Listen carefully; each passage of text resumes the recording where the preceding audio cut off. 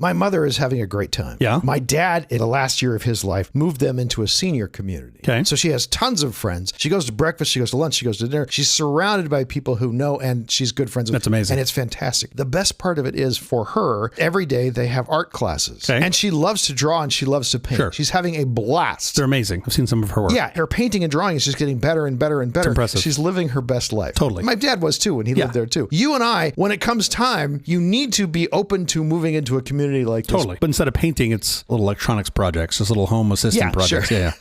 House of But Nerds. yeah, we got to think about it because that's probably a little less than 3 decades away. Who do I place my bet for the under with?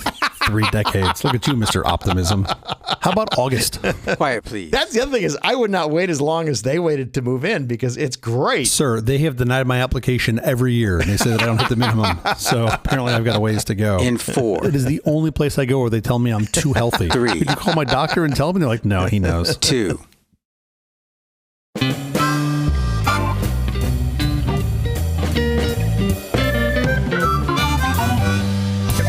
Company presents a truly terrible podcast. Welcome to Nonsense, Season 3, Episode 40. I'm Jeff Parker. I'm Skittle. This is our take on the week's business, tech, and entertainment headlines. This time, Musk's Robotaxi dream meets California reality. He can operate a taxi, not a Robotaxi. Yeah, but he can still call it a Robotaxi. Trump's chip ban is a $1 billion boon for smugglers. Weird. Someone's making money off that? How many ways can you spell prohibition? Oh, yes, exactly. Porn lawsuits exposes Facebook's shady AI data habits. Has their data been naked this whole time? Nobody told me. Our big story later this week, game show heists. The day Press Your Luck met its match. What a hard word, heist. I don't even know how to make that sound, heists. How was your week going? Well, now that I'm just stuck on replaying heists in my head over and over. Took my little Monstritos, I like to call them. Is that a Spanish monster? Is that what Little that is? Monsters, yes. That is Spanish for little monsters, which I guess I shouldn't say I took my little Monstritos. I could just say Monstritos. We went to 9,000 feet, which was awesome. There were grazing cows, herds of elk. I love any place that I can go and at night stare up and see the Milky Way with the naked eye is just incredible. Yeah. My kids love the outdoors, which is great. Glad I've passed along that love to them. And I'm learning so much about them. We hiked across a meadow to get to a lake. Unfortunately, the lake is a couple hundred feet past a fence, which is on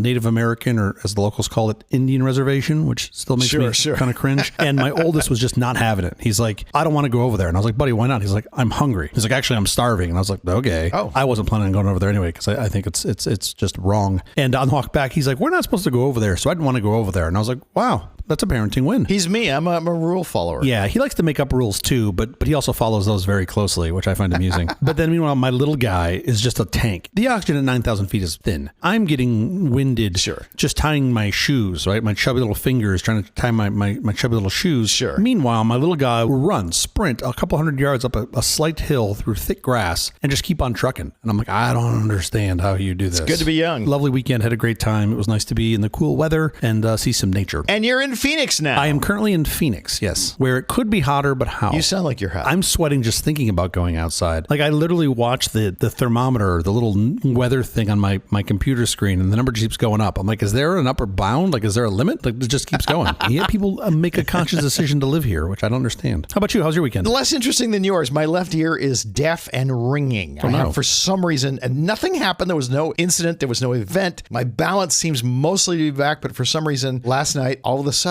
I'm confused and like, what is going on here? I've got this loud ringing in my ear. I can't hear and I can barely stand up. Yeah, no, I'm kind of amazed that any of it works at all. So this is just sort of like mostly amusing. This is kind of peculiar. And when the balance is back, then it's okay. Yeah. When the balance is gone, it's like, this is really awful. Is this just the wiring falling apart? Is this just like you just call someone? I think so. Like, yeah, I think it happens over time. Are you really going to use that copper phone system in your house anymore? Probably not. Just let it go. When you build your human-shaped robot, put a lot of redundancy in for balance. Oh, it doesn't need balance. Of all the parts on the list that it needs, balance is way down the list. I've seen Weird Science. I know how this works. Sure. How was that movie ever made, by the way? Like one of the creepiest things to make and then show children in the 80s. Different time. 100%. Should we get to our headlines? We should, otherwise I'm going to riff on more Weird Science and it's going to get even darker. California's Robotaxi rules force Tesla to pump the brakes on autonomy. Tesla is launching a Robotaxi service in San Francisco, but will initially use human-driven cars due to California's strict autonomous vehicle regulations. The company faces legal challenges for potentially misleading claims about its self-driving technology while simultaneously promoting its Robotaxi vision to investors. Yeah, it's awesome doublespeak that I've just come to expect, right? They've got terrible earnings report. They're like, yeah, but we're launching in all Robotaxi in all these states. And then meanwhile, California's like, did you say Robotaxi? Like, no. Not here. That's just what we call it. It's got a driver. It's just a regular car. It's actually a Chevy, and we're fine. Like, how do you... California's particularly tough because we've had robo-taxis come in when there was few regulations. Autonomous cars, and we've had it. We're done with it. Now you need to make sure your car can actually pass a driving test. I wouldn't say we had it. I would say we are just, as California has a tendency to be, farther along because we had companies working on this here much earlier, right? Yeah. Google obviously started a decade plus ago, 12 years ago. When did they start? More than that, yeah. It was a project at Stanford. And then you had even Apple was working on it. So we've had more time to sort of develop some mature regulation around this, which is great. Basically, Cruise was driving and they were following very few of the regulations. And eventually we said enough with this. Well, yeah. I mean, were they not following? I thought they just went to follow, like they had some accidents and they said, oh, no more. We're not going to do this anymore. Yeah, they had some very serious accidents. By the way, some of those accidents were actually against the regulations. Most of them I find are against the regulations. Sure. There's a list. There's a very short list of the accidents you're allowed to have. Yeah. They're called purposes. Yeah, this is interesting to me. So I think I don't understand all of this. There's some nuance to they want it to be just for like Tesla or SpaceX employees or something like that. And they say that it's all going to have a driver to start. And as soon as the autonomous vehicle regulation paperwork gets done, they're going to make it autonomous. Meanwhile, the DMV is like, yeah, but nobody's filed any of that paperwork. Like, what are you talking about? But then I think what really gives it all away is you hear Musk talk about, and he said this quote again, the exact quote was, I think we'll probably have autonomous ride hailing in probably half the population of the US by the end of the year. And I'm like, how do I take the over on that? Yeah, exactly. Because there's literally no chance that's going to happen. No way. No way you're going to get to 175 million people by the end of the year. This is a massively complex problem. Exactly. Like, I'm not even sure you're going to get to a tenth of that, but it sounds really good. And it's really nice to hear that when the thing you have to say in a couple days later is, oh, by the way, our earnings are down double-digit percentage points. Yeah, they were. Oh, by the way, I opened up a new diner in Hollywood. Yeah, check that out. Yeah. That's pretty neat. Have you been to the new diner? You're at Denny's? No, I'm not going to. What, do I bring my excursion and plug that in? What am I going to do? I got a cable out the side? There is a guy, I'll put the link in the show notes. There is a guy who 3D printed, it's a charging plug. Yeah. And he puts it in the side of his EV and then he just has a bunch of wires coming out of the back of it and they spark. Oh my, it's the best thing ever. Very clever. Very clever. I should put that on the side of my truck and drive up. It's just art. Anyway, I think that's ridiculous. My other favorite quote from him is he said, this is Musk, said, we are being super paranoid about safety. And I'm like, I like when you put those two words together, paranoid and safety. That's totally what it looks like. Sure. I mean, not to the people in Austin, they're pawns, but everybody else, we're being super paranoid about safety. You have to put in the show notes. Listeners, you have to watch this video of this Tesla Robotaxi in Austin as it just drives like in the middle of the oncoming traffic and stops. Okay, to be fair, it is an intersection that is a little non-standard, so it has like a left turn on the left side. This is the trick of autonomous driving. You have to handle all the special cases. But I think that's the difference here is we're saying, well, it gets it right 90% of the time, and that's pretty good. No. You're like, well, tell that to the other 10% of the people to get run over. They're not going to appreciate that. But it was actually, it's very amusing to me to watch when these things get stuck, to watch the override procedure. And from what I can tell, the safety operator in the car basically mashes a button on the console. And a human that they then get in a queue and somebody remote comes in and goes, oh, you should have to make a left turn here. Oh, I got you. Yeah. Okay, anything else you need? It's like, if I was in the back, I'd be like, yes, please pull over and stop. That would be the next thing that I need. Can I get out now? I would like to exit. I'm not of the opinion that every car forevermore is going to need LiDAR, but I am of the opinion that currently I wouldn't get into a robotaxi of any sort that doesn't have LiDAR. Yeah. Because pure optical sensing just isn't ready. Well, it's the old adage we've been saying for years, if you're in the software development community. If you don't know what the beta test is, you are it. Oh, for sure. And I think that's the problem here, is that there has been no beta test, so now you are it. I expected maybe a giggle or a smirk. Maybe even a laugh. But instead I just went, oh yeah, that's actually true. That's very true. Instead, you just sighed and opened a pull request. That's what you did. Speaking of pull requests, have you heard of OpenPilot? Yeah, this is really cool. This is a open source project. Collaborative project, for self-driving for all sorts of cars. There's like 300 cars that this works with. Interfaces with the CAN bus on your car. Yeah. There's a kit you can download. I haven't looked deeply at it, but I'm really for like intrigued. $1,000, you're getting the same technology as full self-driving. And by the way, all the same problems. It'll drive too fast when it makes turns and all those things. Sure. But they'll improve that. They'll improve that quickly. It's really interesting to me. I mean, I think it's still a little less kit than you're seeing on any of the Tesla Teslas because it's just a 3 cameras, 2 external cameras, 1 internal. But the point is, it's making progress, and that is super interesting to me. It drives just exactly like the full self-driving system in Tesla. I don't really see a world in the short term where this merges with the commercial applications of vehicles. No. It certainly could be. Well, but wait, hold on now. It could be doable. Like you think about, there was this beautiful era where we got rid of in-car navigation, right? That used to be a $2,000, $3,000, $4,000 upsell on your vehicle. And then they're like, oh, you have CarPlay. You already have this in your phone or Android Auto. Android Auto. There's some alliteration in there somewhere. Yeah. So then you didn't need this navigation system. Obviously, the tide has shifted on that. But I could see a world where the manufacturers offer you a package of cameras or sensors that are integrated, some upsell that you've got to pay for because it's way easier to do at time of manufacture. But then there's no, sort of brain unit because that's going to continue to get cheaper. And I could see somebody like Slate comes to mind. Slate are the guys making this. They were just targeting a sub $20,000 truck. Yeah. And they've done some really interesting stuff. Like there's pretty much no interior to this thing. And they leaked quote unquote, some like 3D printable like inserts that you could print and put in the car that mount to the car's dashboard, which is super neat. Sure. I could see somebody like them doing it where for $500 they'll add $300 worth of cameras to it, and that's it. That's all you get. And then you go out to a project like OpenPilot, buy the parts, plug it in, some little PC that's only going to get faster and better, and some software package, and then have, even if it's the most basic autonomous driving stuff like adaptive, lane switching and cruise control, things like that. That could be super interesting. So I think you could see a world for that. By the way, that's what it's good for. You don't pretend this is full self-driving. It is not. It is really good at driver assist. Well, hold on. Full self-driving is basically driver assist. I know, but ignore it. Use what the words actually mean. Oh, you want real English. Yes. Oh, yeah. Okay. It is not full self-driving. It is not Mm-hmm. a Waymo. It's not going to be a Waymo anytime soon. But as for driver assist, it's pretty terrific. It's pretty neat. I could see a world, too, where all of your car autonomy is actually being done on your phone. Man, talk about how nuts that would be. You get in and all of a sudden, the Bluetooth pairing stops working and your car just crashes into a tree. Well, the little computer this is running on is basically an old phone. I mean, it's an old phone. By no stretch of the imagination, it's like a 5-year-old phone. Right. Like the hardware, and it's kind of sad when you think about what it could be. But that's all they needed to be. But that's what's so awesome about it is you could just continue to upgrade that thing. But I do think about real-time systems being a little over-engineered compared to your. You want that over-engineering. Yeah, exactly. You really like that. I've 0 times in my life if I had to reboot the ECU on any of my BMWs, Sure. and that's a good thing. That is a very good thing. I'm ready for when they come up with OpenPilot that runs on an ESP32. I love it. Except for when you get onto a freeway with more than 3 lanes, it's seg faults. Do you see that sign when you go on the freeways in California and it says there's the vehicle restrictions and it's it must be over 125 cc's, all that. They're going to amend that to the bottom where it says must be ESP32 S3 or better.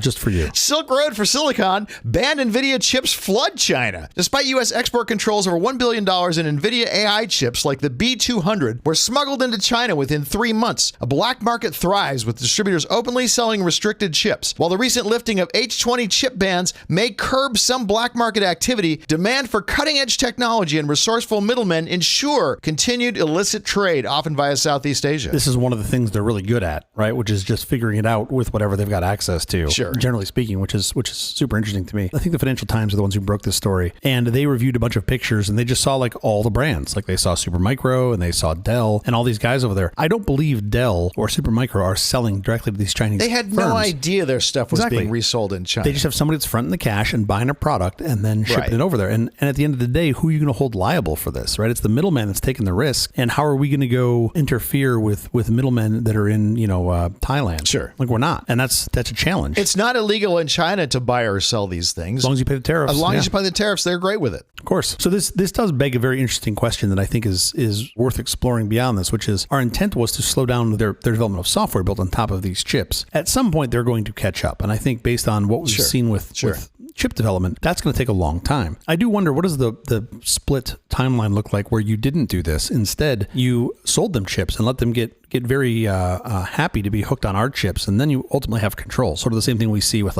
rare minerals or cheap production, something like that. I don't think that would have been a better answer, but it is interesting to think about. I think all things considered, they're making speedy progress on their chips. Yeah, I would like to know more about that. The little bits we've seen have been they're throwing more hardware at it. They're getting close in total performance, but I don't know that they actually are exceeding this on chips. Because if they were, we'd be seeing them. If you made a chip that was better, faster, cheaper. Oh, they're not exceeding exceeding us. They're not exceeding us yet. But they're starting from a standing start. Well, yeah. It's remarkable how far they've gotten as fast as they've gotten. Yeah, I'm still mildly suspect of what they have and what they don't because it's so not open and transparent. But it does seem to be faster than any of us expected. Firms like Gate of the Era, founded shortly after export controls tightened, emerged as major players in the black market, selling chips in ready-built racks at significant premiums. And I love when like FT and some of the reporters went looking for this. Their current address was empty. Their previous address was a real estate company that had been there for like 3 years. Sure. And like, we don't know what you're talking about. They had some logos on there of like an integration company. They called the integration company. They're like, people use our logo. We don't know who they are. And it's like, oh boy, good job. Okay, sure, great. Sure. There was one like a Chinese data center operator that they got a quote from that said, export control will not prevent the most advanced NVIDIA products from entering China. Of course not. What it creates is just inefficiency and huge profits. Yes. For the middleman. That's all it's doing. Yes. Like you just added a layer in the middle. Booze got really expensive during Prohibition. There's some people who made a fortune off of booze during Prohibition. The booze still came. Yeah. The booze still found its way into the U.S. It's interesting. I mean, so I think the Department of Commerce is talking about adding more export controls and specifically looking at other countries, which I'm assuming it's where we don't have like an IP arm that we can reach into. Like, I don't think Singapore is going to be problematic because we have a tight relationship with Singapore, but a place like Thailand might be problematic, or the Philippines, somewhere where we don't have as good of a relation,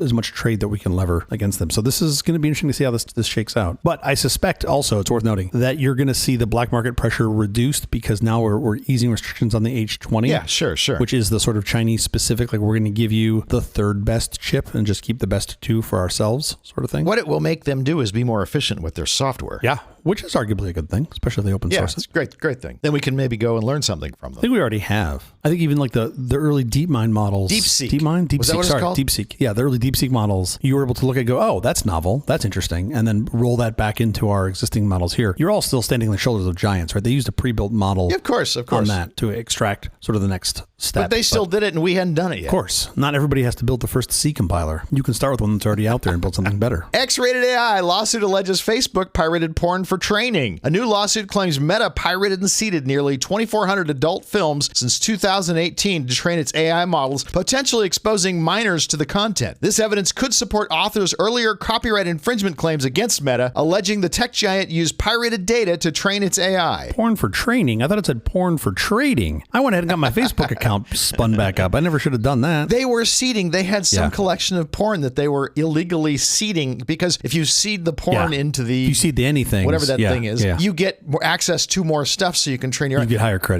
Sure. So Strike 3 Holdings, the guys who filed this suit against Meta, what they're claiming is that their highest rated, most recent videos would get picked up and then seeded, so shared. Seeded is basically means shared by IPs that are held by Meta. Right. Meta IPs. That's pretty clear and easy to see. And the simple inference to make is, well, okay, they're using that porn to train their AI. I don't think that's the case. And even if you read through the article on ours, they say, well, no, it's really more to just get credit within the ecosystem. Right. So you get access to more stuff. You can access to more stuff. And that actually makes more sense. The problem I have with But you're trading something you don't own. Oh, yeah. You're trading porn you are not the copyright holder. Oh, yeah. No, I'm just trying to explain the situation, not even express whether or not it's right or wrong, legal or not legal. I think the simpler explanation, and the one that really might be the answer here, is when you have access to an extremely high speed connectivity, right? And currently, if you imagine a place like Meta, like you are sitting at the crux of connectivity in the world. Yeah. This could just be a couple rogue employees that just have porn fetishes. Like that is not an impossible outcome. Like, to me, it's actually Occam's razor. It's the more likely outcome. The question is, what else are they pulling down? And that's hard to see from But you are responsible for what your employees do on your pipe. Of course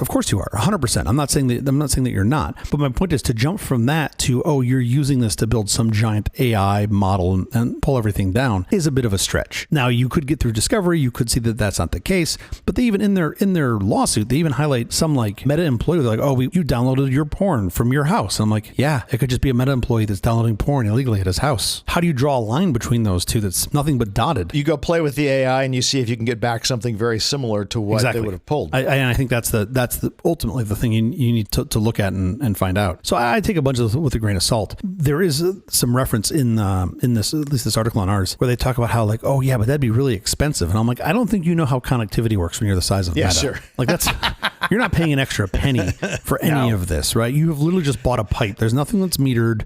It's all peering. You completely own the cable. There are other people you are letting sublet parts of the cable, but the cable belongs to you. And I had this experience, this exact same sort of scenario 20 plus years ago when we had pulled what was at the time one of the largest connections you could get from our office to our data center cage. It was a whopping, are you ready? 45 megabit pipe. No. And we had that out on tier 1 production bandwidth behind it. So of course we'd do all our internet browsing and stuff from that. Sure. But what was really fun, at the time you could get a pre-Xbox Live. You could get a little application running on your PC that would act like a tunnel, and it would allow you, it was GameSpy. It would allow you to connect to other people running that application, and you'd find the ones with the lowest ping time, and you could connect your Xboxes together and play games. Sure. And this is before Xbox Live. So one day I was like, oh, I should fire this up over the tier 1 production bandwidth and let's see what happens. And we would have like the lowest ping time of anybody there, which means everybody always wanted to play with us. Of course. I'm like, this is the same thing. This is just getting your porn super fast and not at home on your crappy Spectrum cable. Although, why would they be? They're not just downloading porn. They're seeding porn. They're actually putting porn up for others to be able to download. Yeah. The reason you do that is so that you can pull down more stuff. Yeah, more porn. Not even necessarily porn. Could be another way of getting books. Could be another way of getting movies. Could be all kinds of stuff up on BitTorrents. Yeah, or Occam's razor could just be more porn. I don't think that's necessarily Occam's razor. I think you have to be, it's harder to say that they're going to limit their downloading to porn. We can be subjective and go back and forth about what they are or aren't doing, but Occam's razor definitely tells me that just downloading more porn is the easiest, simplest explanation. Not in this volume.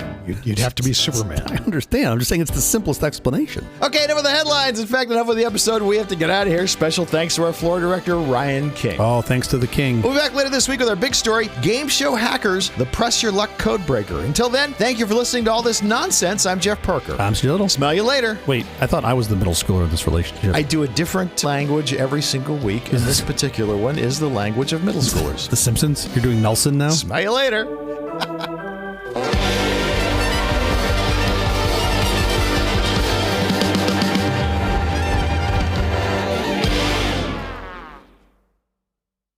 Introducing ZiffNet for Prodigy, software and advice to help you get the most out of your PC. Are you excited, Jeff? Sure, why not? ZiffNet for Prodigy is a new service that gives you the productivity boosting software, news, and advice you need to get more out of your personal computer. All from the leading publisher of magazines about computing, including PC Magazine, PC Computing, PC Week, and Computer Shopper. Now, for the first time on the Prodigy service, you can choose from thousands of free or inexpensive software programs, including games, utilities, spreadsheets, education, and more. There's tech support too, so you can learn from the pros how to get the most out of the hardware and software you already own. ZiffNet was great. I know. That's kind of why I picked it. ZiffNet for Prodigy is also a great way to stay on top of computing news to discover what's hot and what's not. In short, with ZiffNet for Prodigy, you'll get the most out of your computer. For sure. Prodigy members, simply type jump ZiffNet to join. For more information on joining the Prodigy service, call the 800 number in the show notes. Fantastic. This is kind of nuts to me because this was how you got information before we had the W's. The World Wide Web? The three of them in the order. Sure. And I remember this distinctly. Were you a Prodigy user? I was not a Prodigy user. I was an AOL user. Oh, that's right. You were AOL. Yeah. You were one of those people. Prodigy came later. I signed up for American Online and had to be in 1989. Wow. And I don't think Prodigy was around till 90. That sounds about right. That was the jump, that literally that 1 year jump that made the difference. Now, there were things before. I remember CompuServe. Yep, of course. That had to be around in the... A little earlier. Yeah, like in the 80s. Yep. But it was less graphical. Delphi, and probably a few years later after that, 83, I'm guessing. I don't know. And Genie, GE had a service. Of course. Did you ever use Genie? No, I mean, I saw the name, but I never used it. I would guess Prodigy...